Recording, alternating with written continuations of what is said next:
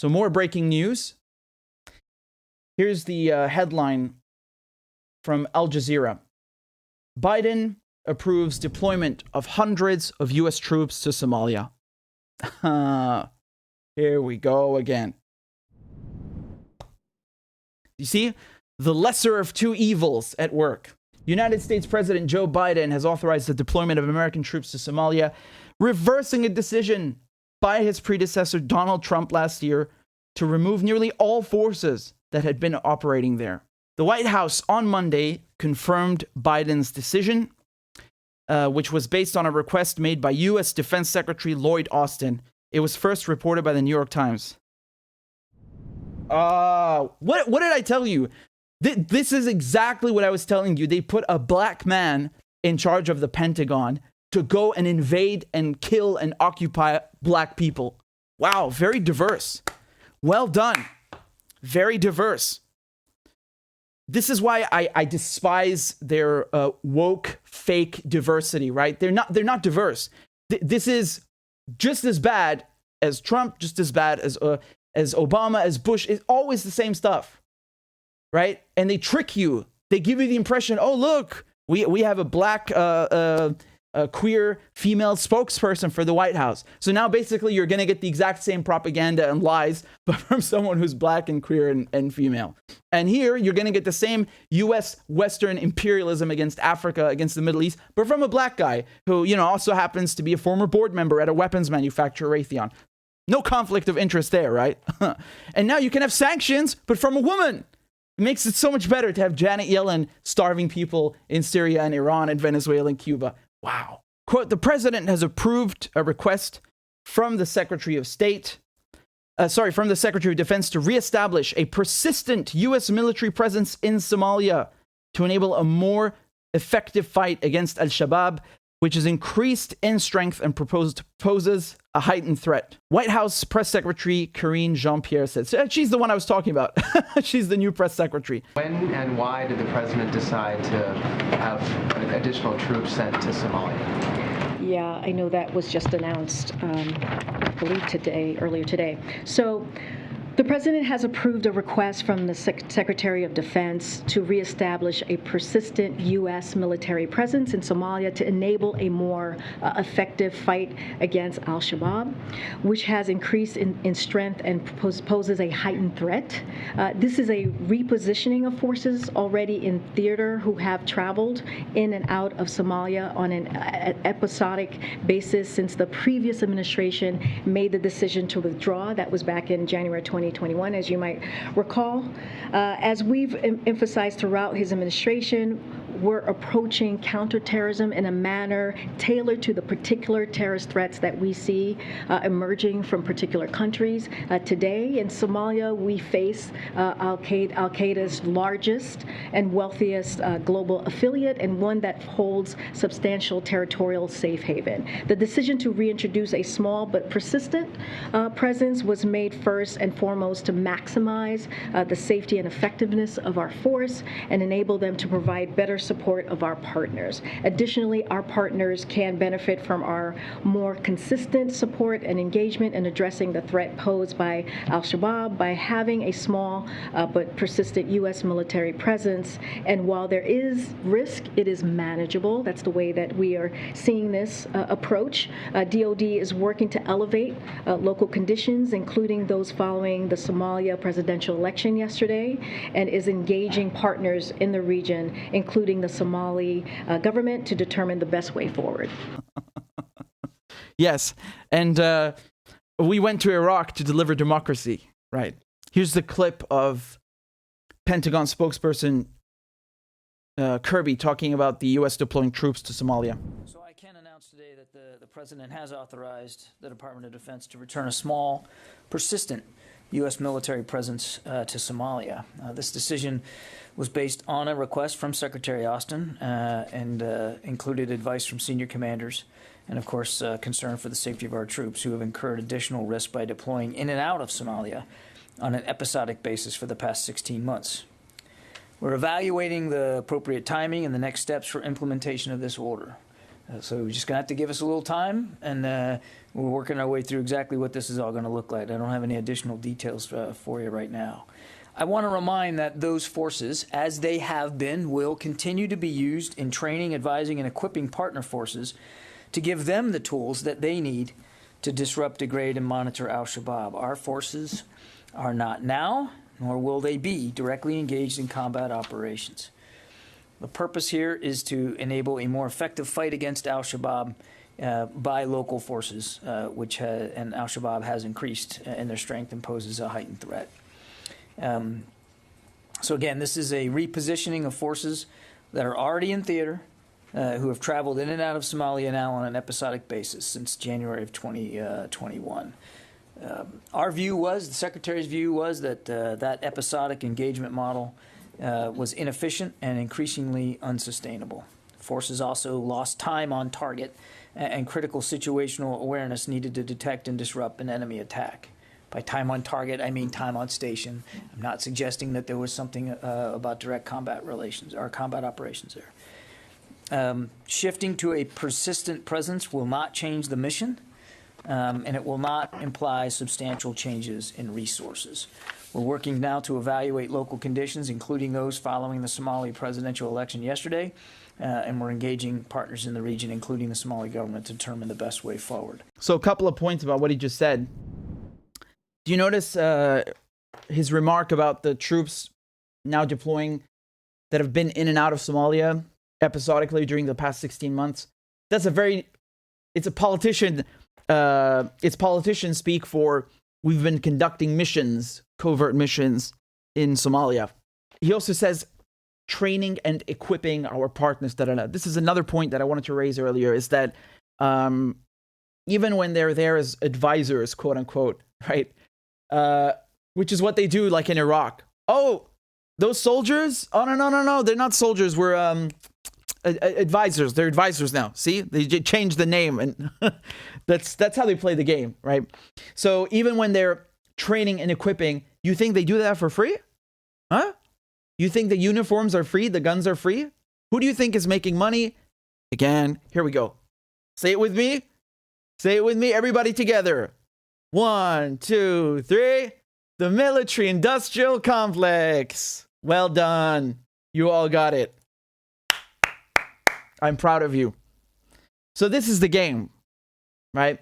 So under the pretext of helping people, they're swindling. In any case, I wanted to play this to you because I was trying to find the clip earlier, and it wasn't there yet, but I'd read the statement. So same thing. I don't even know what to say, man. You see, this is a scam. This is what they call a con, right?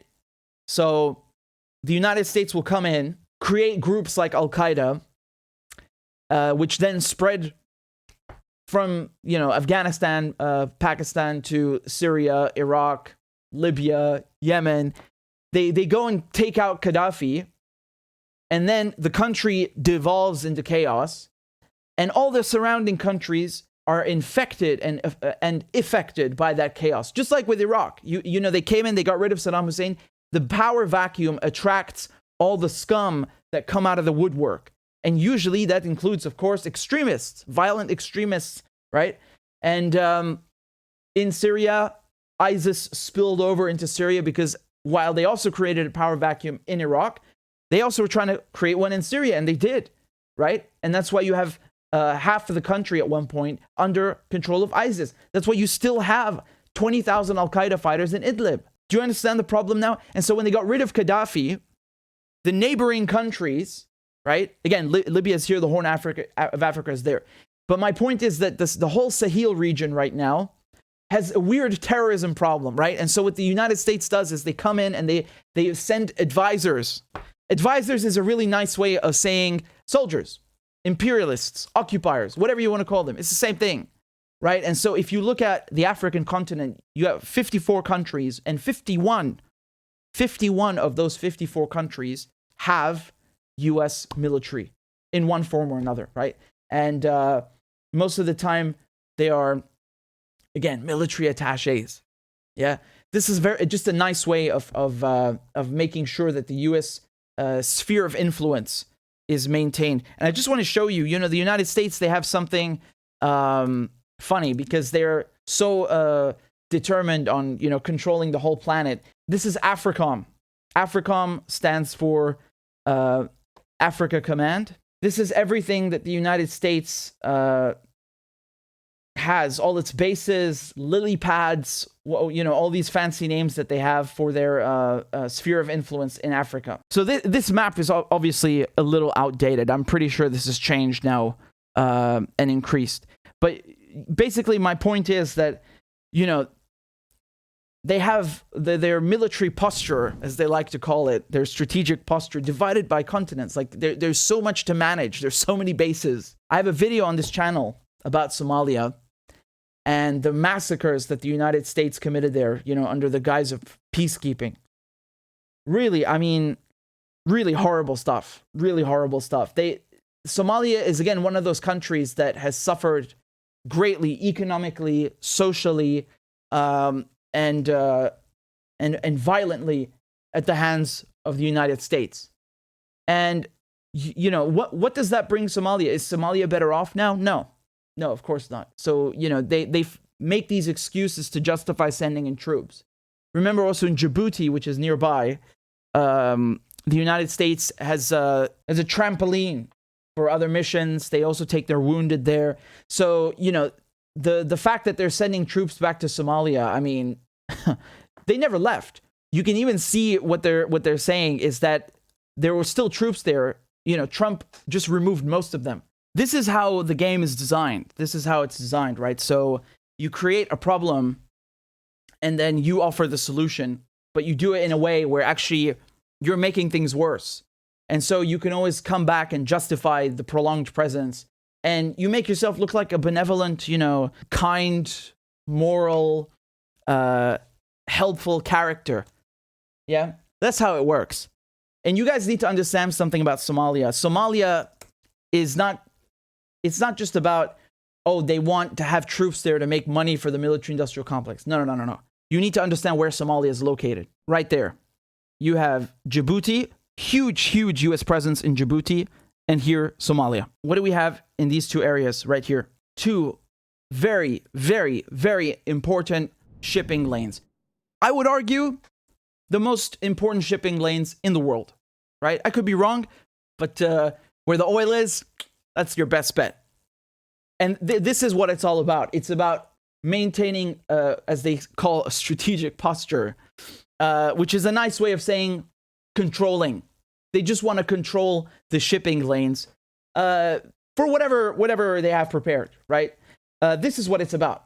So let's be very clear. The United States is not in Somalia to fight Al-Shabab and to conduct counter-terrorist operations. The United States is in Somalia and has been in Somalia for decades because it wants to have control over a strategic part of the world and a strategic shipping lane. You understand? And that's the same reason that if you go up a little bit here to the Gulf of Aden, where Iran is, that's why the United States, they have a presence in all of these countries here, right?